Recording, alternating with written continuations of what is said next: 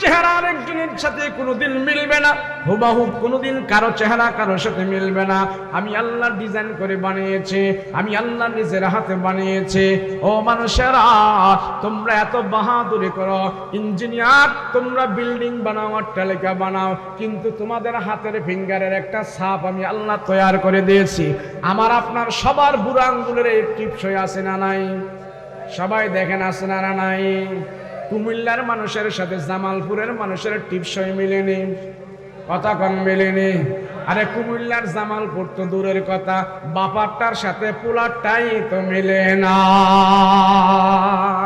বাপের টিপসই আর পোলার টিপসই এক নেই, ছেলে আর বাবার টিপসই এক নেই। আল্লাহ কয় আমারে চিনোস না বান্দা, বাবার টিপসই আর সন্তানের টিপসই দুইটা আমি বানায়া দিলাম। একজনের টিপসই আর একজনের টিপসই, এটা নকল করার ক্ষমতা পৃথিবীর কোনো মানুষকে আমি দেই নাই। এরপরও মানুষ আল্লাহকে ছিল না। লুকমান হাকিম ডাক দিয়ে কয় মালিক, আয় আল্লাহ আমার বানানেওয়ালা তুমি, তুমি আমার বানাইছো, আমার বানানেওয়ালা কেউ না।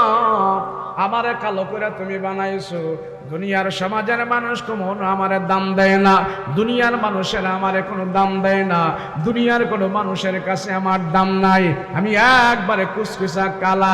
আল্লাহ, কালো হয়েছি অসুবিধা নাই, অসুবিধা নাই। হাকিম লুকমানের এমন একটা মানুষ ছিলেন, তার ডিউটি ছিল রাখালগিরি করা। এক মালিকের রাখালগিরি করেছে, এক জমিদারের রাখাল ছিল।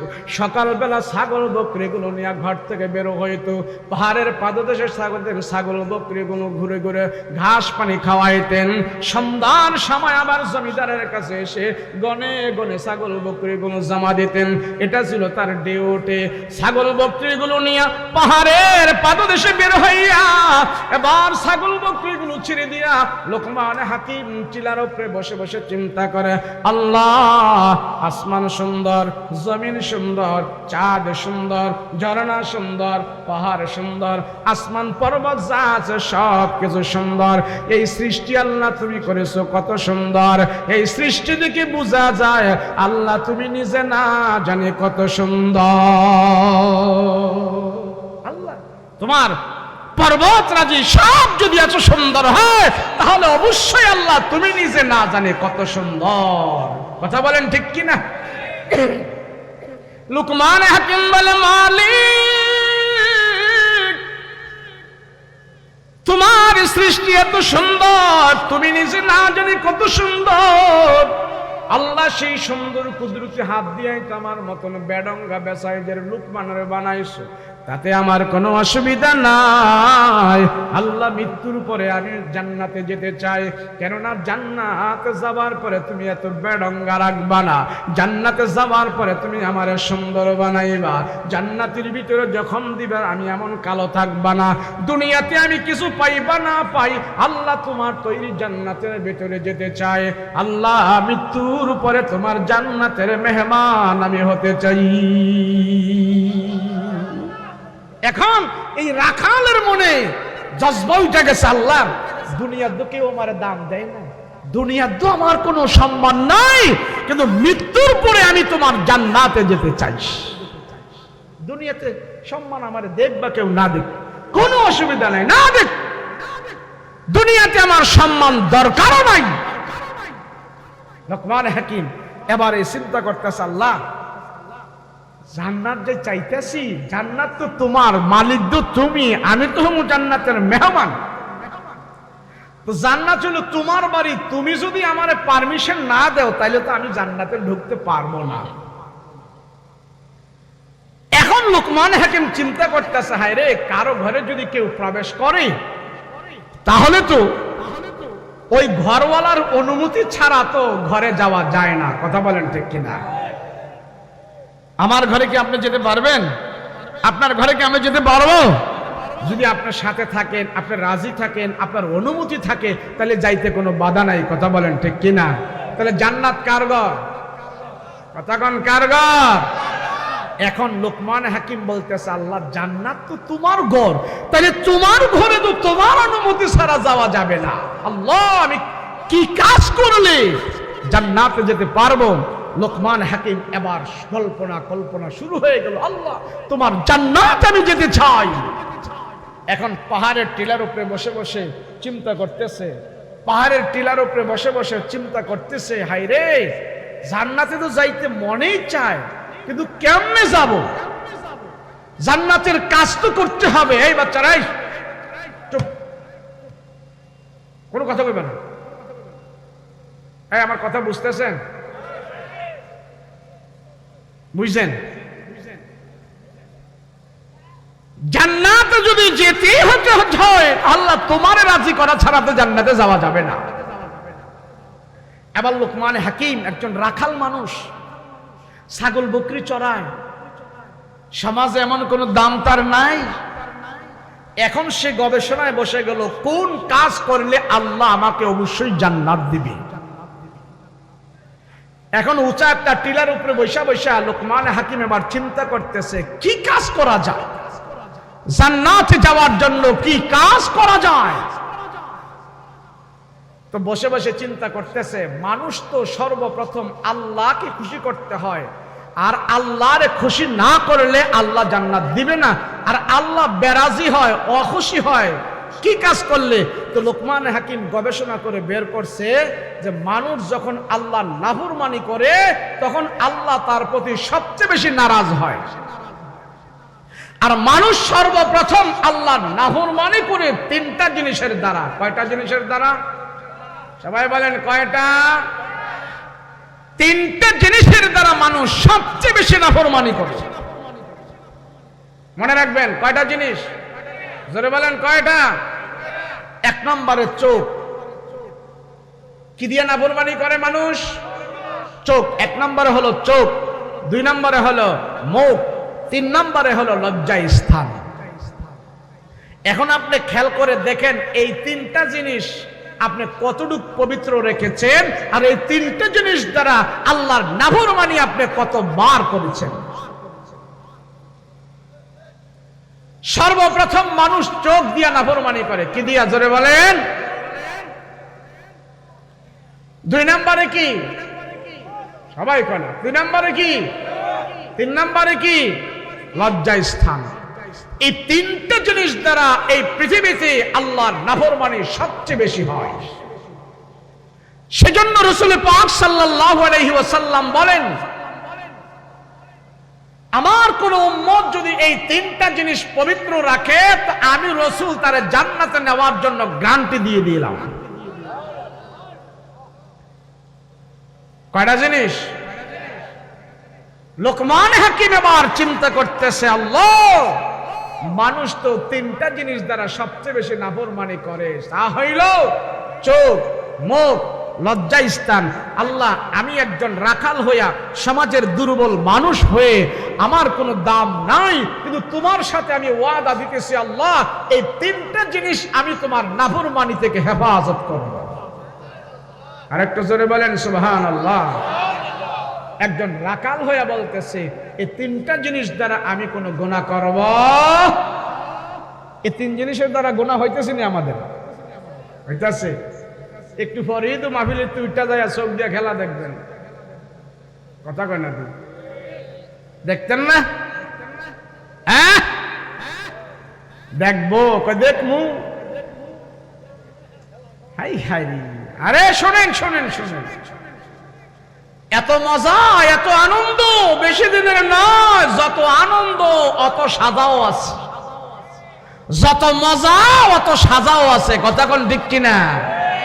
যেই জাতি খেলাধুলায় মত্ত, যেই জাতি গান বাদ্যে মত্ত, যেই জাতি নেশা পানিতে মত্ত হয়ে থাকে, সেই জাতির অচিরেই ধ্বংস তারা দেখে যেতে হবে। মুসলমান খেলাধুলায় মত্ত, গান বাদ্য মত্ত, নেশা পানিতে মত্ত, সেই জন্য মুসলমান অতি তাড়াতাড়ি তাদের ধ্বংস দেখে যাবে। পুরা মুসলমান যদি না হয় তো বাংলাদেশের মুসলমানেরাও তাদের খারাপ পরিণতি দেখার জন্য তৈরি হতে হবে, যদি এই পরিবেশ থাকে। কথা বলেন ঠিক কিনা? ঠিক কিনা? এই তিন জায়গা ভালো হইলে জান্নাতে যাওয়া সহজ হয়ে যাবে। তো লোকমান হাকিম আল্লাহর কইতাছে, আল্লাহ আমি তো গরিব মানুষ, তোমার সাথে চাচা কই যায়? ও চাচা,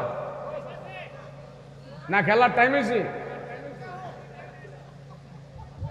যাক থামেন ইনশাল্লাহ।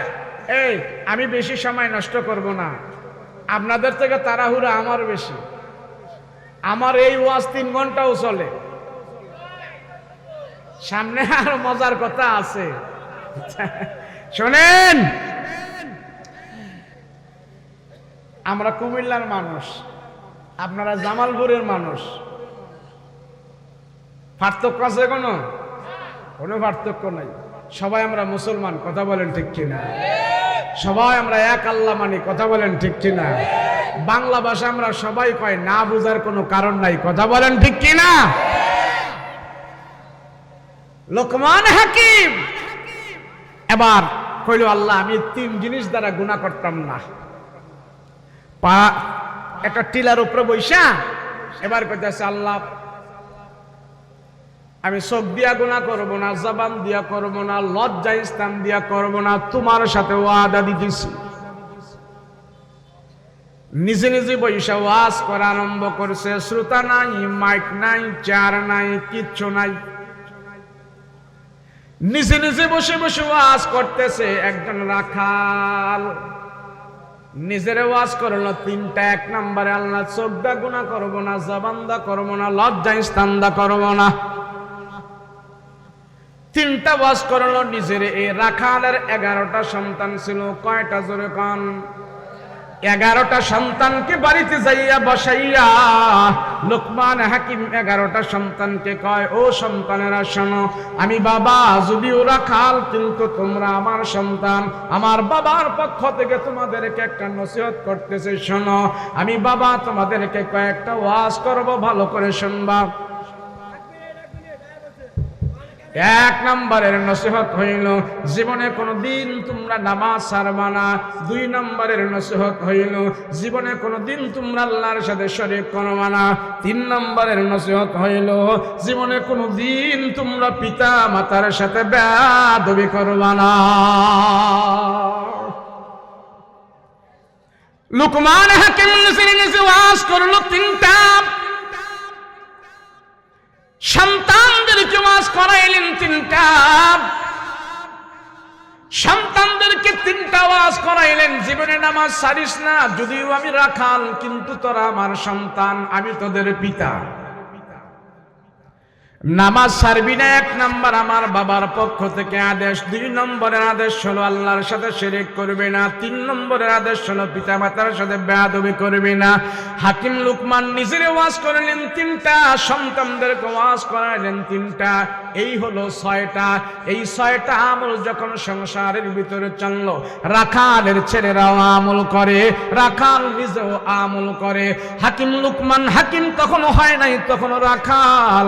সন্তানদেরকে যখন এইভাবে আমল করাইতেছেন, আল্লাহর কাছে অনেক পছন্দের হয়ে গেছে।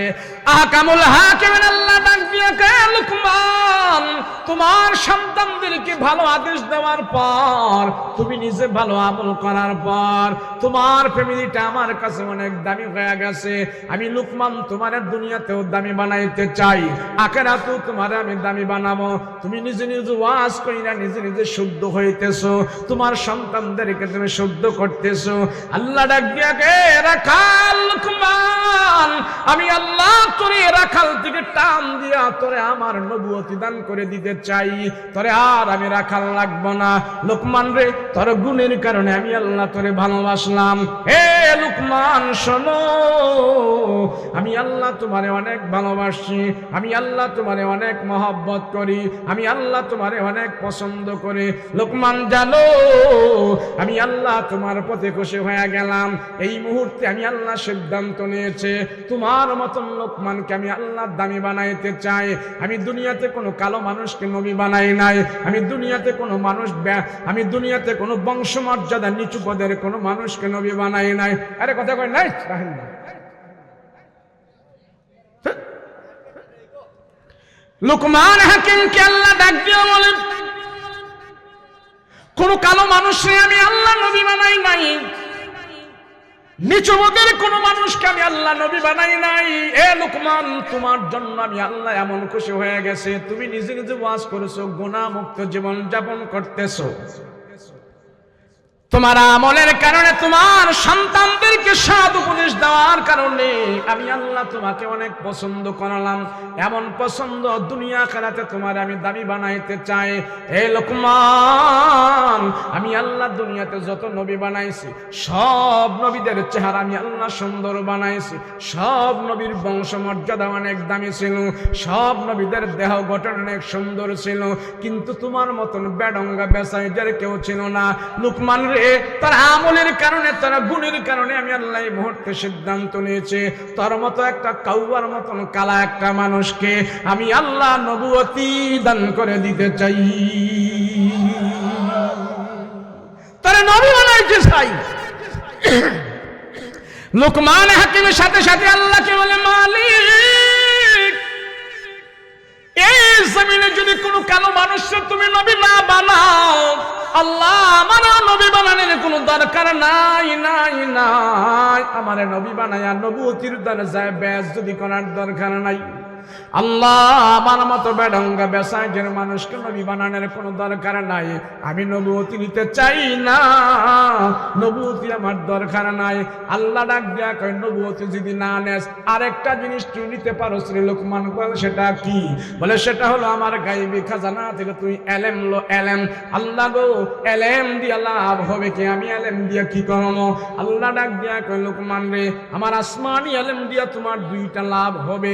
একটা লাভ হবে, দুনিয়াতে আমার আল্লাহকে চিনতে পারবা, আর মৃত্যুর পরে তুমি যখন নাকি মৃত্যু হইবে, তোমার আখিরাতে যাইবা, কবরের জগতে যাইবা, হিসাব কিতাবের পরে যখন জান্নাতে যাইবা, ওই জান্নাতে যাওয়ার পর আমার আসমানি ইলম দিয়া আমার জান্নাতের নেয়ামতগুলো খুঁজে খুঁজে বের করতে পারবা।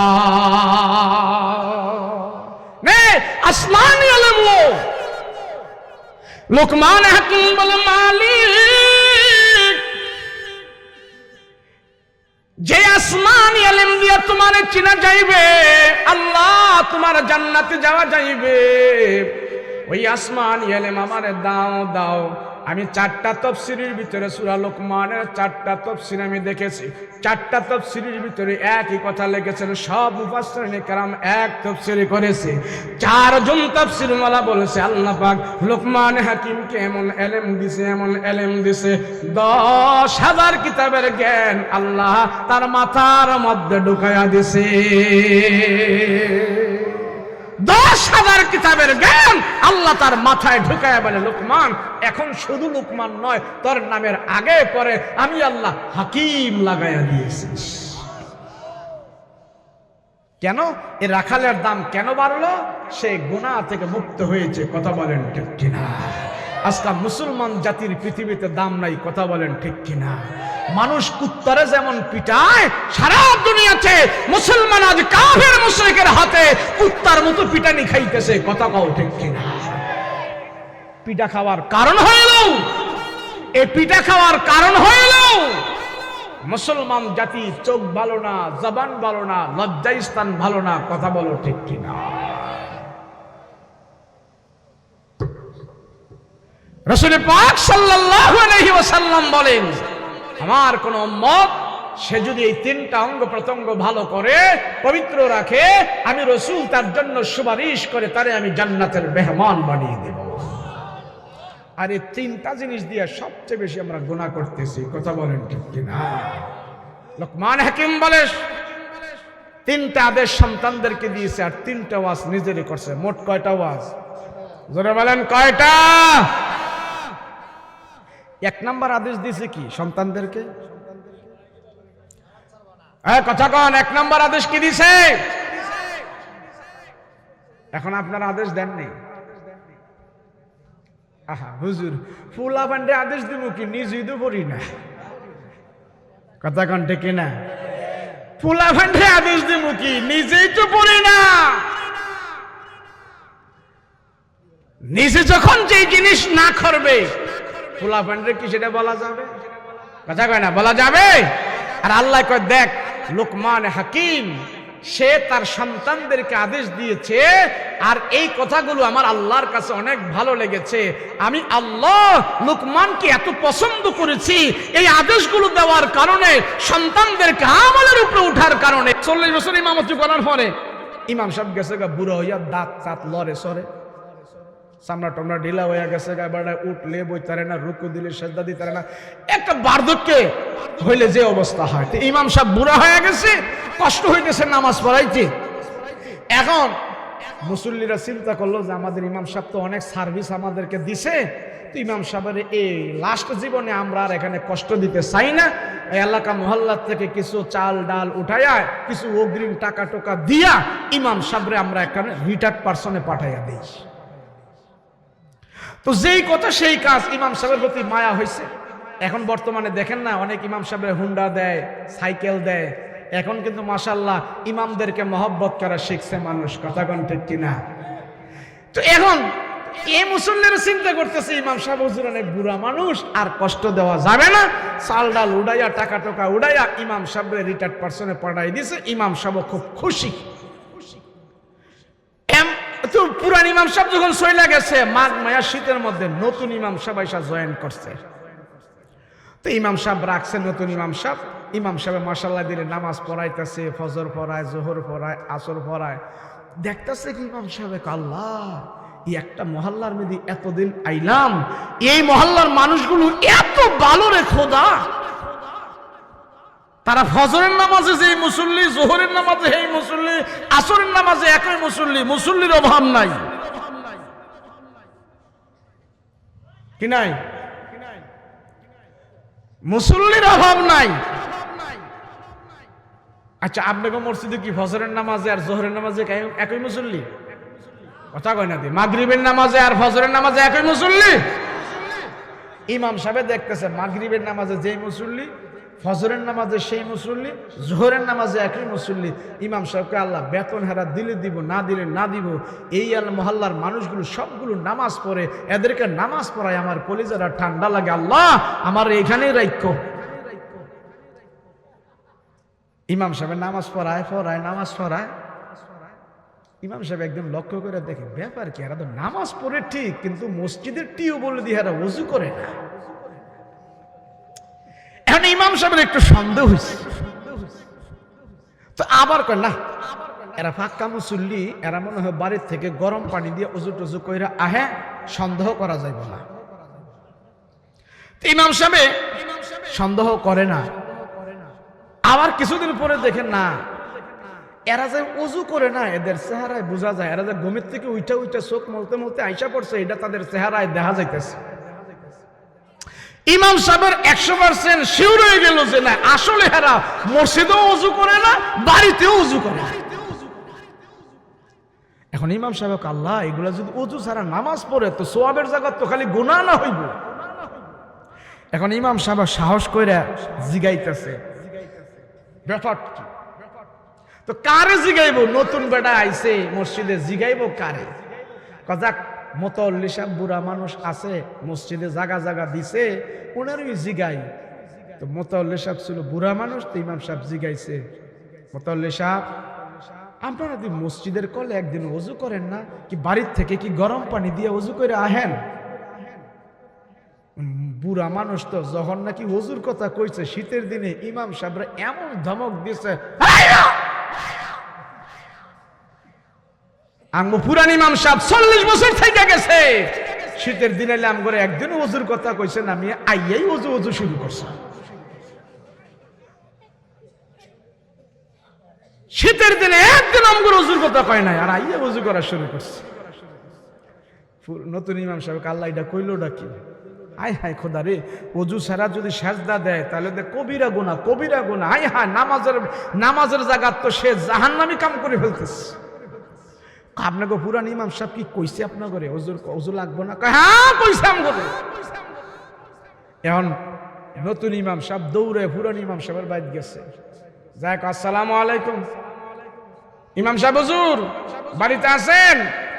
বলে হ্যাঁ আছি। কে? আমি আপনার পুরান মসজিদের নতুন ইমাম সাহেব। ও ভাই আসেন আসেন, বন। না বইতাম না, যে কাম কইরাইছেন আপনি। না কি হয়েছে বসেন। আপনি যে 41 বছর ইমামতির সার্ভিস দিচ্ছেন আর সে এলাকায় নাকি আপনি বইলাইছেন শীতের দিনে নাকি অজু ছাড়াই নামাজ পড়ার কথা। আপনার মুসল্লি দিয়ে একটাই অজু করে না, ব্যাপার কি? ইমাম সাহেব আপনি কেমনে অজুর কথা না কইরা আইলেন? এটা কি আপনি এই ফতোয়াটা কি আপনি দিছেন? পুরান ইমাম সাহেবকে বাইরে আমি এই ফতুয়া দিছি, এদেরকে আমি বলছি শীতের দিনে তখন অজু লাগতো না, তোরা মসজিদে আস। কোরআন হাদিস বিরোধী এই ফতুয়াটা আপনি কেমনে দিলেন ইমাম সাহেব মানুষ হইয়া? বাইরে আমি বিপদ হইরা দিছি। বিপদটা কি? কয় শীতের দিনে প্রচন্ড শীত যখন নামে এটি একটাও মসজিদে আহে না। এই গুরুস্থানের পাশে হইল মসজিদ। আমি ফজরের নামাজ পড়তে যখন উঠি কবরস্থান দেখলে আমার ভয় লাগে। একা একা আজান দেই, একা একা একামত দেই, দরজা জানালা খুলি, ওই বাথরুমও যাই, কি একটা অবস্থা রে ভাই। কয়দিন এমনি উড়া যায়, খুব ভয়ে ভয়ে উঠি। বাজ একদিন নামাজ না হইলে ওই শুয়ে থাকি। এইভাবে কয়দিন চলা যায় রে ভাই? এর জন্য আমি এদেরকে বলছি তোরা ফজরের নামাজে আয়, জোহরের নামাজে আয়, তবে ওযু করা লাগবো না, মসজিদে আয়। যখন আমি এদেরকে ডিসকাউন্ট দিয়া দিলাম, মাশাআল্লাহ দিলে এডি মসজিদে আহে, হেদের নামাজ হোক আর না হোক আমারটা তো পড়তে পারছিস। এই কথা বলার পরে ভাই আপনি এটা কেমনে দিলেন? আল্লাহ বেরাজে আমি বেউ ভাইয়া দিছি ভাই, এখানে মসজিদে আমি আনছি, এবার তুই বুঝাইয়া সমঝাইয়া তাদেরকে ওযু বানাইয়া শিখাইয়া বলেন। যেই মুসল্লি, যেই নামাজি, যেই মুমিন, যেই মুত্তাকি, যেই পরহেজগার, যেই মুসলমান ওযুর ভয়ে ঘর থেকে উঠে আল্লাহকে মসজিদে এসে সাজদা দিতে পারে না, যেই ইমাম তোমাকে ঘর থেকে মসজিদে আনে না, সেই ইমাম তোমাকে জান্নাত পর্যন্ত নিতে পারে না। কথা বলেন ঠিক কিনা? তোমার ইমান তোমারে মসজিদে আনে না, তোমার ইমান তোমারে ঘুষ থেকে বাঁচায় না, তোমার ইমান তোমাকে সুদ থেকে বাঁচায় না, তোমার ইমান তোমাকে হারাম থেকে বাঁচায় না, এই ইমান তোমাকে জান্নাতে নেবে না, এই ইমান জাহান্নাম থেকেও তোমাকে বাঁচাইবে না। কথা বলেন ঠিক কিনা? নামাজ পড়বেন তো ইনশাআল্লাহ? কি ঘরে না, বাইরে না, মসজিদে, জামাতে না, একা একা? জামাতে পড়েন, জামাতে। রসুলের কাছে চোখ নাই বেড়ার অন্ধ সাহাবী আয়েশা কয়, ইয়া রাসূলুল্লাহ, রাসূল গো, নবী গো, আমি যে দুই চোখে কোনো রোড ঘাট কিচ্ছু দেখি না, আমিও কি ইমামের পিছনে এসে জামাত পড়বো? এখন রসুল বলে, হ্যাঁ, তোমার বাড়ি থেকে যদি আজানের আওয়াজ শোনা যায় তাইলে তুমি মসজিদে এসেই জামাতের সাথে নামাজ আদায় করতে হবে। রাসূল সাল্লাল্লাহু আলাইহি সাল্লাম এই কথা বলার পর অন্ধ সাহাবী আর কোনো কথা কয় নাই, সোজা বাড়িতে চলে গেছে। আমরা যদি কোনো কানার এই কথা কইতাম যে রোড ঘাট দেখলে দেখবি, না দেখলে না দেখবি, 5 ওয়াক্ত মসজিদে আইয়া তুই জামাতের সাথে নামাজ পড়বি, এই কথা যদি আমরা কোনো অন্ধ ব্যক্তির বলি তো পাড়া মহল্লার মানুষ কবে, দেহ হুজুরে কানারেও ছাড়ে না। কথা কোন ঠিক না? কিন্তু রসুল বলছে, অন্ধ মসজিদে এসে আল্লাহকে সাজদা দাও, জামাতের সাথে নামাজ পড়ো। অন্ধ ব্যক্তি বাড়িতে যা, বিবি রে কয়, বিবি দে পাট শার্ট কি আছে দে। পাট দিয়ে কিনবেন, রশি বাঁকামো, লম্বা রশি বাঁকামো দে। রশিদে কিনবেন, আল্লাহরে খুশি করবো, রসুলরে খুশি করবো।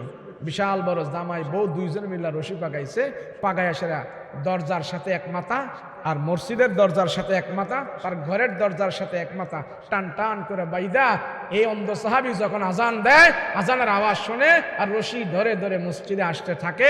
রসুল এই দৃশ্য দেখে সব সাহাবীদেরকে ডেকে বলল, আরে আয়, জান্নাতি মানুষ দেখলে তারা আয়, দেখ আমি রসুল বলেছি মসজিদে এসে সাজদা দেওয়ার জন্য। সে রশি ধরে ধরে এসে আল্লাহর সাজদা দেয়। আমি রসুল বলতেছি সে মসজিদে আসে না, সে জান্নাতের ভিতরে ঢুকে যাইতেছে।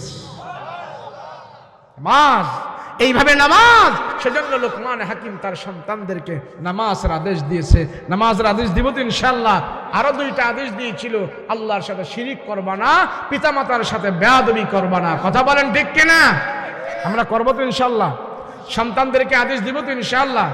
বসেন, 5 মিনিট বসেন, দোয়া করব। একটা লোক উঠবেন না, বসুন। উঠবেন কাটা কাটা, হাত উঠান। উঠবেন না তো? আমার সাথে দোয়া করবেন, কে কে হাত উঠান। নারে তাকবীর, নারে তাকবীর, লিল্লাহি তাকবীর। তামাম। এখন আমারে কইছে কালেকশন করার লাগা। ওই যে উঠতেছে, যে উঠবো হেরে দইরা 500 টাকা রাখবেন। এখন যে উঠবো 5 মিনিট, যে উঠবো 500 রাখবেন, দইরা উঠা যাবে না। কর্তৃপক্ষ বলছে, সেজন্য আমি আপনাদেরকে আমরা সালাম দিব না। এটা কি? কিয়ামতের আলামত। আমরা অপরিচিত লোকদেরকেও সালাম দিব, সালামের মাধ্যমে আমরা তার পরিচয় জানব। রাসূলুল্লাহ সাল্লাল্লাহু আলাইহি ওয়াসাল্লাম বলেন, আমার উম্মতের ভিতরে যেদিন তারা সালামের প্রচলন কমায় দিবে, তখন তোমরা বুঝবা যে কিয়ামত অতি নিকটে চলে আসছে। কিয়ামত অতি নিকটে চলে আসছে। সেজন্য তোমরা তৈয়ার থাকো, এমনকি যাকে তোমরা দেখো তাকেই তোমরা সালাম দাও। আসসালামু আলাইকুম ওয়া রাহমাতুল্লাহ। যে বেশি বেশি সালাম দিবে, যে বেশি বেশি সালাম আদান প্রদান করবে, আল্লাহ তার অন্তরকে হিংসা মুক্ত করে দিবে। এই সমাজে হিংসার রোগী বেশি না কম? কথা কন, হিংসার রোগী বেশি না কম? এই হিংসা যদি দূর করতে হয়, ডাক্তারের ওষুধ খায়া দূর করা যাবে না, বেশি বেশি করে সবাইকে সালাম দিতে হবে। কথা বলেন ঠিক কিনা? আব্দুল সামাদ ভাই 1000 টাকা দিয়েছেন, আল্লাহ কবুল ও মঞ্জুর করেন। আল্লাহ জানে মালে বরকত দেন, হায়াত তৈয়বা দান করেন। সকলে বলুন আল্লাহুম্মা আমিন। জি, বাকি কেউ লেখাইতে চাইলে লেখাইতে পারেন। বলুন, বলেন কে আছেন যে হুজুর আমি 5000, 10000, 2000, 3000 এমন দিতে চাই, এমন কে আছে? বলেন, বলেন, আছেন কেউ? বাকি একজনও নাই? একজন বাকি নাই? নগদ 500 দেন, ভালোই তো। নগদ 500 হলে তো ভালোই। কে রে ব্যক্তিটা? লেখান না? আলহামদুলিল্লাহ লেখান। বলুন মাশাআল্লাহ, মাশাআল্লাহ, আলহামদুলিল্লাহ, আলহামদুলিল্লাহ। বলেন, এই হয়েছে কি? এই হুজুর তাড়াতাড়ি করেন, সবাই বসে রয়েছে, তাড়াতাড়ি করেন।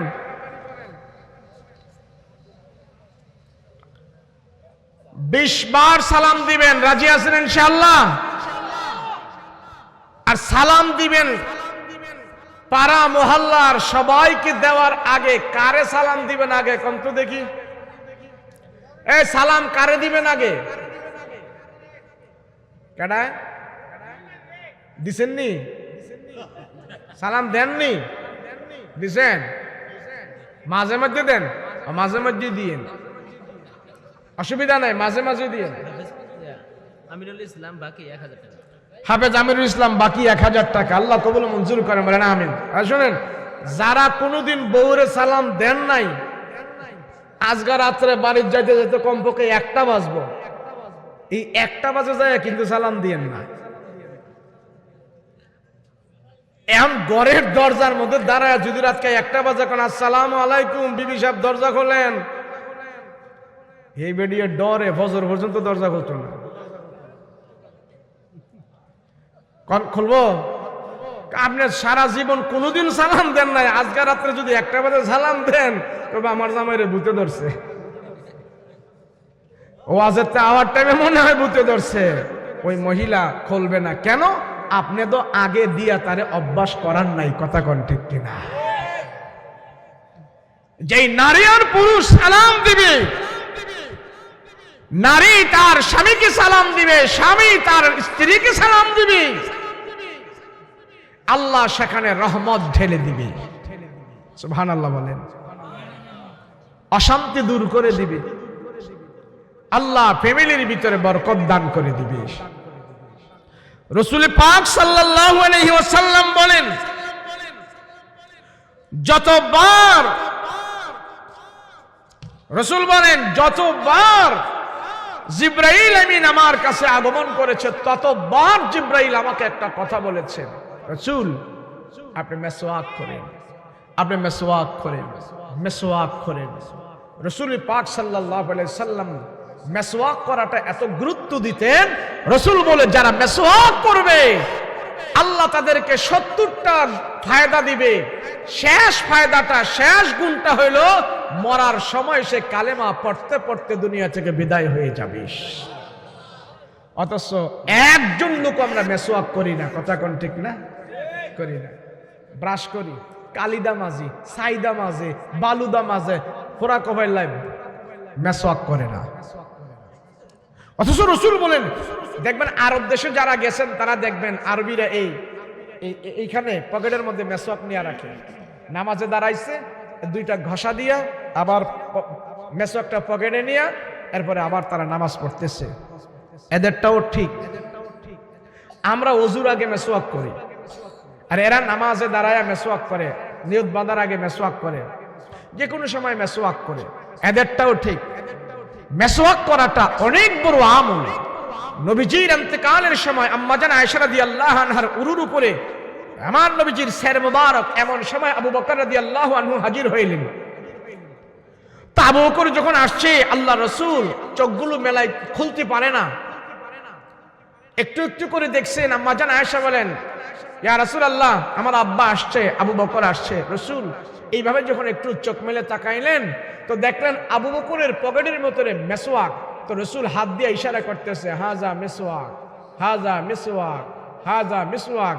তো আম্মা জান আয়েশা বাবার পকেট থেকে মেসওয়াকটা এনে উল্টা পৃষ্ঠে কামড়ায়া চিবায়া চিবায়া নরম করে আমার রাসূল পাক সাল্লাল্লাহু আলাইহি ওয়াসাল্লাম দুনিয়া থেকে বিদায় হওয়ার আগে আম্মা জান আয়েশা নবীজির মুখের মধ্যে এইভাবে মেসওয়াক করে দিয়েছেন। রাসূলের শেষ ইচ্ছা পূরণ হয়েছে। আল্লাহর আদেশ, জিবরাইল যে আদেশ করেছে, প্রতিদিন এসে জিবরাইল বলতো, ইয়া রাসূলুল্লাহ আপনি মেসওয়াক করবেন। রাসূল ইন্তেকালের আগে মেসওয়াক করে দুনিয়া থেকে বিদায় হয়েছে। কিন্তু আজকে আমরা মুমিন, হাজি গাজি নামাজি, মেসওয়াক নাই। বিড়ি খাইয়া কলজাটা কালা করে লাইছে, মেসওয়াক করে না। আসে না? নাই পাগড়ে। এখন যদি মারা যান আপনি, আপনি যদি এখন মারা যান, আপনার পকেট যদি তসবিহ, টুপি, মেসওয়াক, আতর এগুলি থাকে, এই অবস্থায় যদি আপনি মারা যান, ফেরেশতারা চেক কইরা আতর, মেসওয়াক, পাঞ্জাবি, টুপি এগুলি পাইবে। এগুলি পাই আল্লাহর কাছে হাজির করবে, আল্লাহ আপনার বান্দার পকেটে আপনার রাসূলের সুন্নাত পাওয়া গিয়েছে, আল্লাহ পাক এই সুন্নতের খাতিরে আমাকে আপনাকে মাফ করে দিবে। কিন্তু আমি আর আপনি যদি এখন মারা যায়, সমাজের কিছু কিছু লোক তারা যদি মারা যায়, ফেরেশতারা চেক কইরা আতর, মেসওয়াক, পাঞ্জাবি, টুপি পাইতো না, কতটি আকিস বিড়ি পাইবে। কথা কয় না দি? এই আকিস বিড়ি নিয়ে যদি আল্লাহরে দেখায়, অবস্থাটা কি কি হবে? সর্বদা আমার মরণ যেন ভালো হয়, রাসূলের সুন্নতের উপরে হয়, ওইভাবে চলতে হবে। কথা বলেন ঠিক কিনা? আল্লাহ পাক কোরআন হাকিমে একটি আয়াতে, আল্লাহ সূরাতুন নূরের 27 নম্বর আয়াত আল্লাহ পাক বলতেছেন, ইয়া আইয়ুহাল্লাযীনা আমানু লা তাদখুলু বুয়ুতান গায়রা বুয়ুতিকুম হাত্তা তাস্তানিসু ওয়া তুসাল্লিমু আলা আহলিহা। এই আল্লাহ এখানে বলতেছেন, ইয়া আইয়ুহাল্লাযীনা আমানু, হে মুমিনেরা, লা তাদখুলু বুয়ুতান, তোমাদের ঘরে যখন তোমরা প্রবেশ করবা, সালাম ব্যতীত তোমরা ঘরে প্রবেশ করো না। সালাম দিয়ে যদি ঘরের ভিতরে প্রবেশ করো, ঘর খালি থাক, কেউ না থাক, তোমার বাসায়, তোমার ঘরে আহলিয়া নাই, কেউ নাই, খালি ঘরে ঢুকেছো, তুমি যখন বলবে আসসালামু আলাইকুম ওয়া রাহমাতুল্লাহ, আল্লাহ পাক সেই ঘরের ভিতরে রহমত নাজিল করে দিবে। আজকে মুসলমানের ঘরে ঘরে দ্বন্দ্ব, ঝগড়া, জামাই বউ, কি যে অবস্থা আছে না? নাই এমন অবস্থা, টাকাওয়ালা, পয়সাওয়ালা, কিন্তু যেই স্বামীর টাকা টোকা বেশি, ওই ঘরের ম্যাডামের আবার হেডামও বেশি। আছে না এরকম? সালাম নাই, কালাম নাই, পয়সার তো একটা গরম আছে। আসলে না? নাই একটা কিচ্ছা শুনছিলাম যে স্বামী আর স্ত্রী এরা খুব পয়সাওয়ালা মানুষ, তো বাজারের ব্যবসায়ী। স্বামী হলো বাজারের ব্যবসায়ী, অনেক পয়সা টসা করছে, 30 টাকা কেজির পেঁয়াজ 200 টাকা কেজি বেচছে, এখন পয়সা আসছে, অনেক গরম। কিন্তু পয়সা হয়েছে ঠিক, কিন্তু জামাই বউয়ের ঝগড়ার মজে না।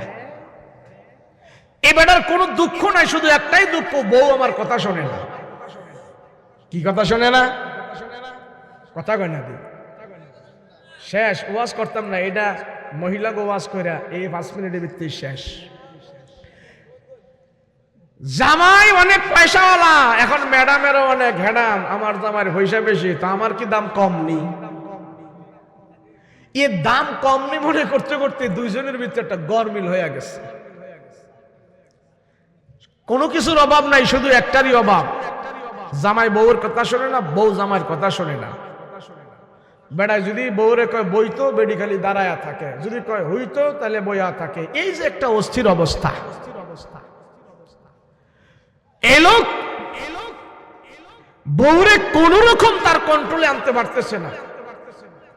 আর বউ জিদ্দে মাঝে মাঝে কয়, তো গোলামের ভাত খাইতাম না, তার ভাই থাকতাম না, যাইও পারি না, কোনো দিক যাইতেও পারি না, গোলামে মরেও না, মারে সারেও না। মহিলা, এই মহিলার এই অবস্থা, খালি দিনের রাত তার জামাই রে খালি অপবাদ, গোলামে মরেও না, আমারে সারেও না।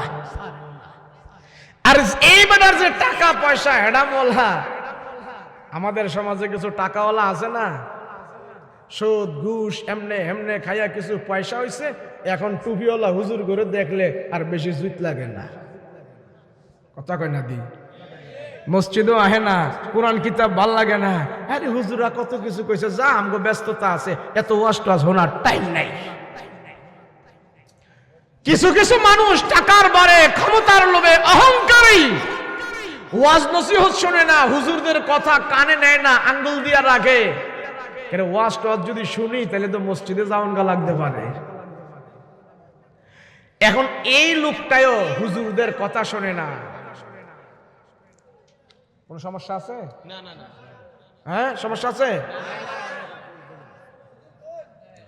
এই লোকটাও হুজুরদের কোনো কথাবার্তা শুনে না, ওয়াজ টোয়াজ ভাল লাগে না, নেশা পানি করে, বউয়ের যন্ত্রণায়, কোরআন কিতাব নাই, আল্লাহ রসুল নাই, নামাজ রোজা নাই, টুপিওয়ালা দাড়িওয়ালা দেখলে এর মেজাজ গরম হইয়া যায়। তো মসজিদের পাশে দেয়, সে ব্যবসা বাণিজ্য করতে যায়, আর আহে ওয়াজ নসিহত শুনলে, কোন নসিহত টসিহত শুনলে, হুজুর টুজুর দেখলে কানের মধ্যে আঙ্গুল দিয়ে রাখে। এমন লোক আসেনি? আপনাকে দিক নাও থাকতে পারে। ওই কুমিল্লা, নোয়াখালী, চাঁদপুর, ব্রাহ্মণবাড়িয়া, সিলেট, ওই চট্টগ্রাম, সেদিকে দেখবেন মোরে মোরে মাজার, খালি মাজার আর মাজার, বাজার আর মাজার, খালি হুক্কুর হাক্কুর, ঢোল তবলা বাইরাইয়া, হুজুর টুজুর কিচ্ছু দেখতে পারে না, এমন নোংরা বিশ্রী বিশ্রী হকিরি করে কথা কয়, প্রত্যেকটা কথায় তাদের ঈমান চলে যায়। আপনাকে এদিকে আমার এদিক কম না, হুজুবিল্লাহ এটা কয় কি এদিকেও আছে? এমন কিছু আছে, কোরআন মানে না, হাদিস মানে না, হুজুরদের কথা ভালো লাগে না, হুজুর দেখলে কানে ধরে রাখে। এই বেটারও এই অবস্থা ছিল, কানে ধরে থাকতো, হুজুরগো কোনো কথা শুনতো না।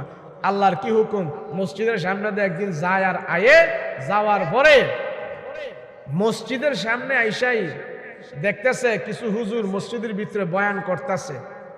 হুজুররা বৈশা মসজিদে কথাবার্তা বলতেছে, বয়ান করতেছে। এক হুজুর হ্যাঁ তো কানে ধরে ধরে আহে মসজিদের সামনে আইসাই ভাইয়ের মধ্যে কাটা বিনছে। এখন কাটা যায় বিনছে, কানের মধ্যে কি হাত রাইখা কাটা খুলতে পারবো? এই কথা কয় না, খুলতে পারবো? পারে না। এখন পায়ের থেকে কাটা খোলার জন্য কান থেকে হাত খুলছে, হাত তুলা কাটা খুলতেছে। এই মুহূর্তে একটা ওয়াজ, ওই হুজুর গো ওয়াজ একটা তার কানের ভিতরে গেছে। ঠিক আছে, আচ্ছা এটা পরে কই, ওই মহিলা, ওই যে হ্যাঁ ম্যাডাম, হ্যাঁ বাড়িতে অনেক চিন্তা ভাবনা করে দেখছে যে তার অতিষ্ঠ, তার যন্ত্রণা আর সহ্য হয় না। তার ষড়যন্ত্র থেকে বাঁচার জন্য, তার অত্যাচার থেকে বাঁচার জন্য, মহিলা মানুষ যদি পুরুষের বিরুদ্ধে ষড়যন্ত্র করে, এই ষড়যন্ত্র কিন্তু খুব কঠিন হয়। কথা কোন ঠিক কিনা? এই মহিলা তার ষড়যন্ত্র, তার অত্যাচার থেকে বাঁচার জন্য সিদ্ধান্ত নিছে আজকে বাড়িতে আসবে, তারে এমনে মারতাম না, বাতের সাথে বিষ মিশায় রাখবো, এই বিষ খাইয়া হ্যাঁ মইরা থাকবো, পরে তার সব সম্পত্তির মালিক আমি মহিলাই হইয়া যাব। তো বাতের সাথে বিষ মিশাইয়া বেডি ঘরের মধ্যে বয়া রয়েছে, গোলামে আইবো খাইবো আর মরবো। এখন যে মসজিদের সামনে দিয়ে আসছে, মসজিদের সামনে দিয়ে যে আসছে, তো পায়ের মধ্যে যে কাঁটা বিঁধছে, তো কাঁটা বিঁধছে এই কানে তো আঙ্গুল দিয়া রাখে, হুজুর দেখলে ওয়াজ নসিহত শোনেন আঙ্গুল দিয়া রাখে, কাঁটা খোলার জন্য একটা হাত খুলছে, খুইলা কাঁটা খুলতেছে।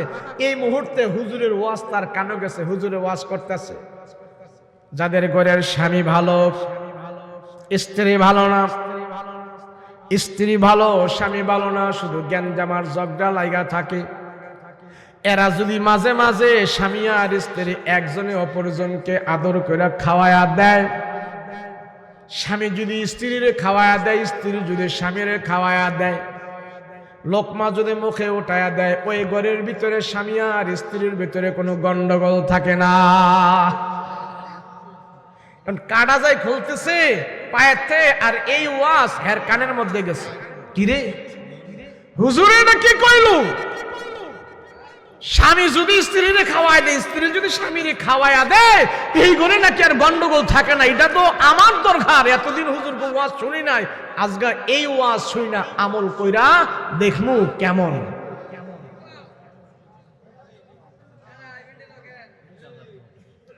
তোর কি আহল নাই রে কোন? মহিলাদের কাছ থেকে আরে ওয়াজ করে লই, এরপরে মহিলাকে ওয়াজ করে লই না দে দোয়া দিতেছি শেষ। হ্যাঁ আরে আমরা দেখতে বেশি তাড়াহুড়া, আমি চলে যাচ্ছি, কোথায় একটা ধরছি, আমি 2 মিনিট শেষ করে দিই।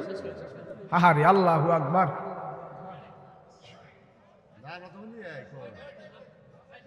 এই অসুবিধা বেশি অসুবিধা দিতেছে, বই শেষ। দুই কথা কইতে কইতে আমি তবারকটা দিয়ে ফেলাই। তবারক আছে? মাহবিল তবারক আছে? তো আমার দিয়ে কইলেন না। বুঝছি, আমার লাগে বই রয়েছেন না, তবারকের লাগিয়া বুঝ জ্বালাইছি আমি। আপনারা ওয়াজ করলাম নইলে যান, তাড়াতাড়ি দেন, তাড়াতাড়ি দেন, তাড়াতাড়ি দেন। হ্যাঁ হ্যাঁ শোনেন, তাড়াতাড়ি দেন। হ্যাঁ বসেন, দেন, মাশাআল্লাহ সুন্দর করে দেন। এখন জি জি তবারক হচ্ছে ওয়াজ। শোনেন, হ্যাঁ সবাই পাইবেন ইনশাল্লাহ, সবাই পাইবেন, পর্যাপ্ত পরিমাণ আছে। এই গন্ডগোল করা যাবে না, চুপ। দিছে দিছে ওয়াজটারে শেষ করে দিচ্ছে। শোনেন, এখন মহিলাই তো ওই দিক দিয়ে বাতের মধ্যে বিষ মিশায় রাখছে, আইবো আর খাইবো আর মরব, আর সে যাইতেছে হুজুরের ওয়াজ শুনে আজগা স্বামী আর স্ত্রী একসাথে খাইবো। বাড়িতে যাওয়ার পর নিয়ত করছে যে হুজুরকে কোনো ওয়াজ তো শুনি না, আজগা যায় কাজে লাগামো। এখন আজগা যাওয়ার পরে স্বামী স্ত্রী তো ভাতের সাথে বিষ মিশাইয়া টেবিলের উপরে রাইখা দিছে, খাইবো আর মরবো। এখন চিন্তা করতেছে, স্বামী যখন গেছে, যাওয়ার পরে স্ত্রী কো হেরে যখন আজগা মাই রইলাম, আজকে একটু আদর যত্ন কইরা দেই। যাওয়ার পরে পায়ের তেনে যারা তাবারক দেয় কথা বলো,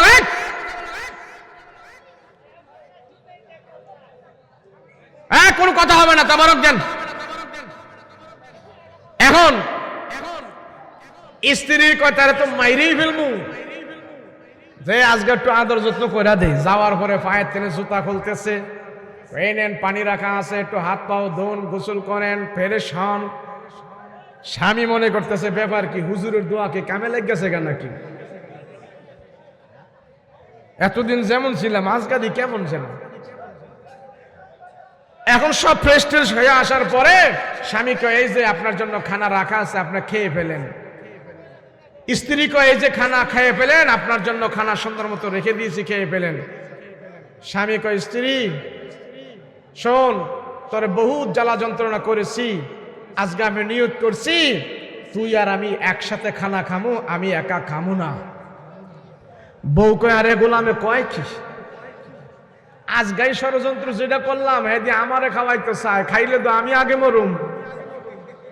কয় না আমি খাইতাম না, আমি খেয়ে ফেলছি আগে, ওই আপনি খান। কয় না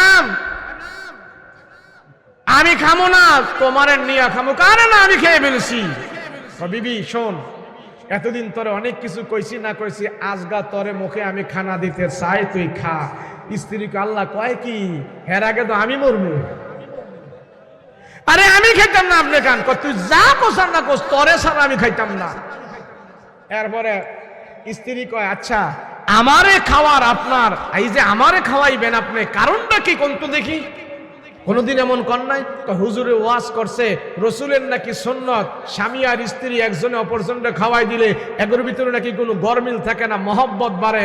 আমি চাইতেছি তোর সাথে যেন আমার মহব্বত এতদিন ভালো ছিল না, এখন যেন আরো বাড়ে, সেই জন্য তোরে আমি খাওয়াই দিতে চাই। বলে তাই? বলে সত্য কথা? বলে হ্যাঁ। বলে আপনি যখন সত্য কথা বলছেন আমিও সত্য কথা বলি। এতদিন তো আপনারা দেখতে পারি নাই, আমি আপনারে মেরে ফেলার জন্য ভাতের সাথে বিষ মিশায় রাখছিলাম।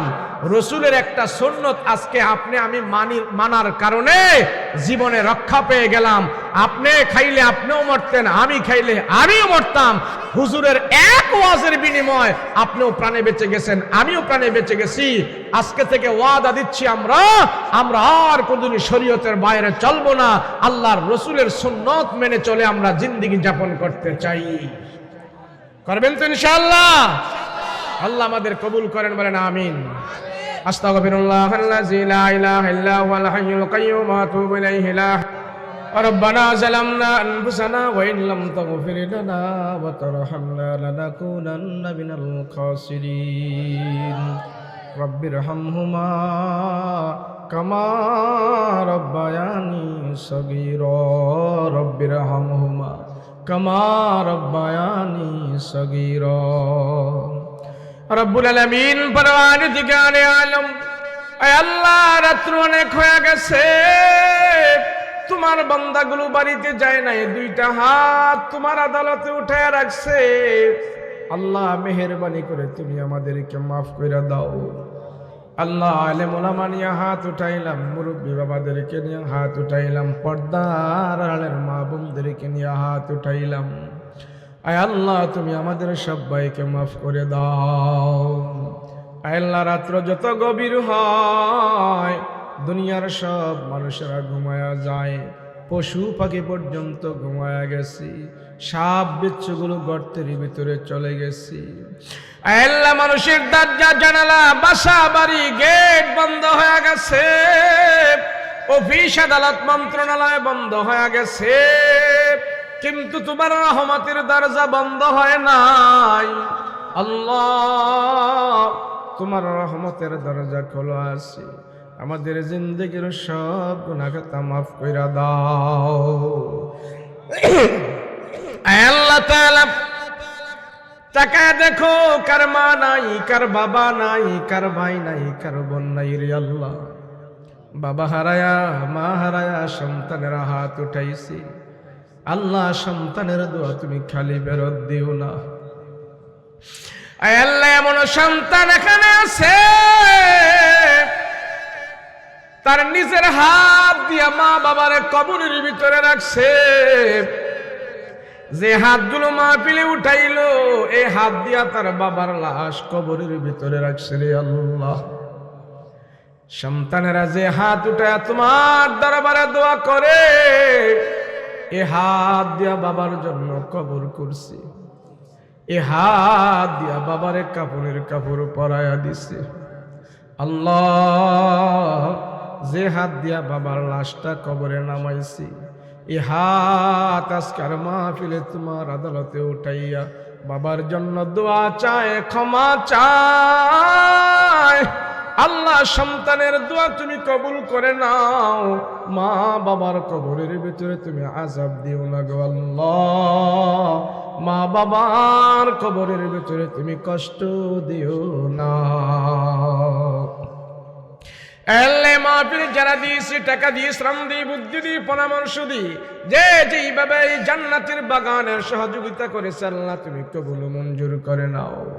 আল্লাহ এই মাহফিল তুমি কবুল করে নাও।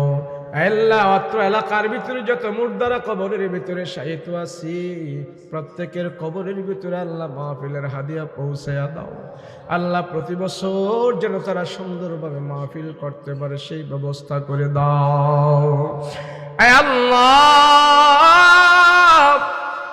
আমরাও দুনিয়ার জমিন ছেড়ে একদিন কবরে চলে যাব আমাদের সামনে আজরাইল হাজির হবে আল্লাহ আজরাইল আসার আগে আমাদের ঈমানকে তুমি মজবুত করে দিও ঈমানি মরণ দিও আল্লাহ কোরআন তেলাওয়াত অবস্থায় আমাদের মরণ দিও নামাজরত অবস্থায় মরণ দিও শুক্রবারে মরণ দিও রোজা অবস্থায় মরণ দিও শহীদি মরণ আমাদেরকে দান করিও আল্লাহ মুনাফিকি মরণ দিও না বেঈমানি মরণ দিও না নাপাকি মরণ দিও না জাহান্নামী মরণ দিও না জান্নাতি মরণ আমাদেরকে দিও জান্নাতি মরণ আমাদেরকে দিও রে আল্লাহ আল্লাহ হালাল রুজি খাবার তৌফিক দান করে দিও হারাম থেকে আমাদেরকে বাঁচাইয়া দিও হারাম থেকে আমাদেরকে বাঁচাইয়া দিও আল্লাহ মা বোনদেরকে পর্দা করার তৌফিক দান করে দিও পর্দা করার সহি বুঝ তাদেরকে দান করে দিও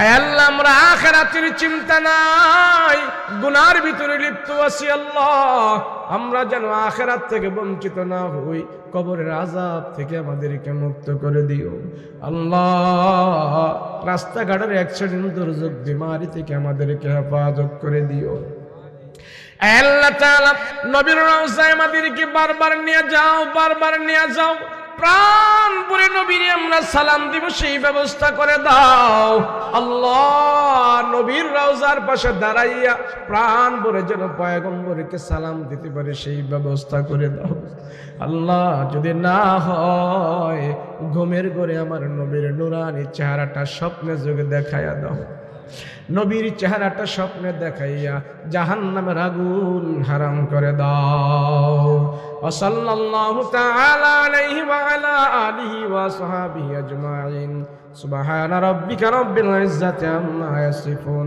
ওয়া সালামুন আলাল মুরসালিন ওয়ালহামদুলিল্লাহি রাব্বিল আলামিন বাহাক লা ইলাহা ইল্লাল্লাহ মুহাম্মাদুর রাসূলুল্লাহ।